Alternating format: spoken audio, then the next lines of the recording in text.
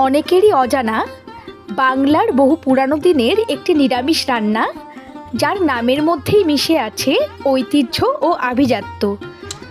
নমস্কার, আমি পাপিয়া। আদি আনন্দের পরিবারে আপনাদের সকলকে স্বাগত। আজকে আমি বানাবো বাংলার অনেক পুরানো দিনের একটি রান্না, তিল মোহিনী লাউ। রান্নাটির জন্য বড় আকারের একটি লাউ এই রকম ছিঁড়ি ছিঁড়ি করে কেটে নিয়েছি।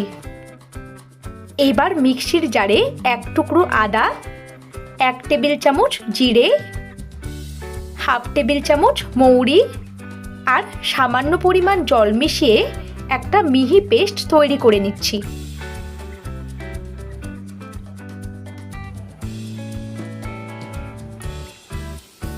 এবার নিয়ে নিলাম রান্নাটির প্রধান উপকরণ 3 টেবিল চামচ সাদা তিল।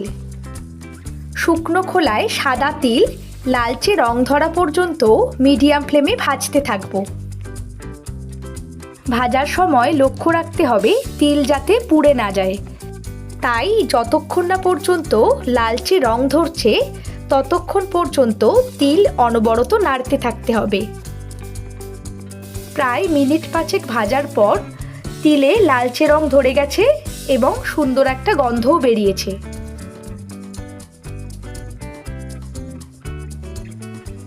তিল সম্পূর্ণ ঠান্ডা হয়ে গেলে বানিয়ে নিলাম একটা মিহি পেস্ট।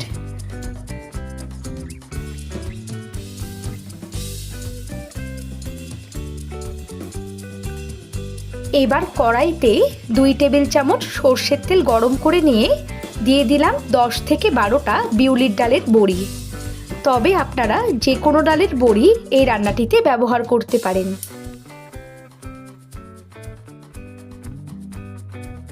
বড়ি লালচে করে ভেজে নিয়ে তুলে নিলাম একটি পাত্রে।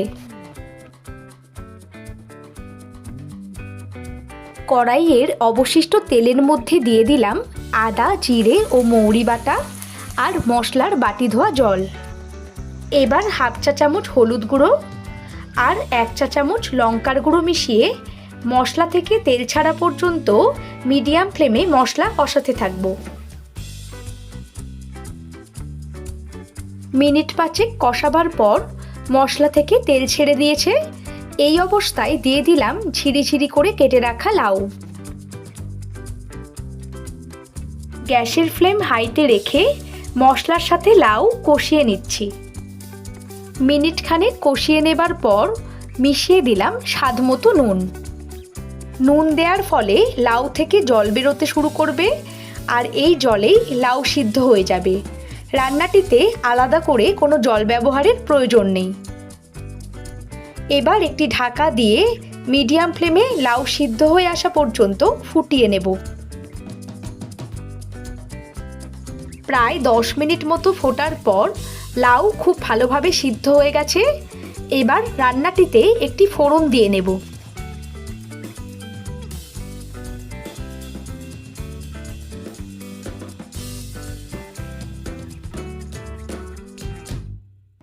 তড়কা প্যানে 2 চা চামচ সর্ষের তেল গরম করে নিয়ে 1 চা চামচ জিরে, একটি শুকনো লঙ্কা আর 2টি তেজপাতা ফোড়ন দিলাম। ফোড়ন থেকে সুন্দর গন্ধ এলে তেল সমেত ফোড়নটি মিশিয়ে দিলাম রান্নাটির মধ্যে।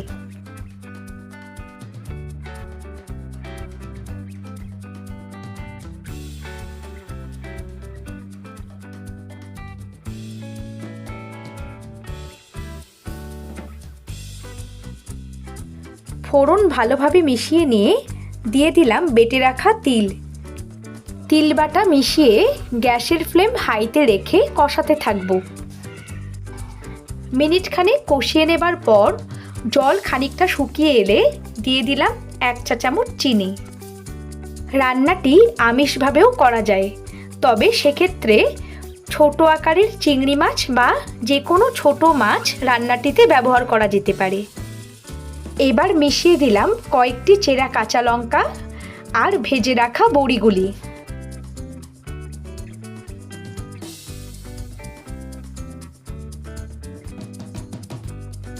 এবার ঢাকা দিয়ে মিনিট 5 ফুটিয়ে নিলেই রান্নাটি সম্পূর্ণরূপে তৈরি হয়ে যাবে।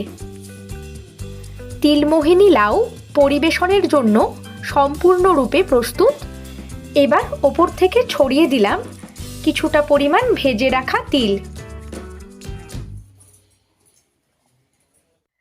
রেসিপিগুলি ভালো লাগলে লাইক, কমেন্ট, শেয়ার আর আমার চ্যানেলটিকে সাবস্ক্রাইব করার অনুরোধ রইল।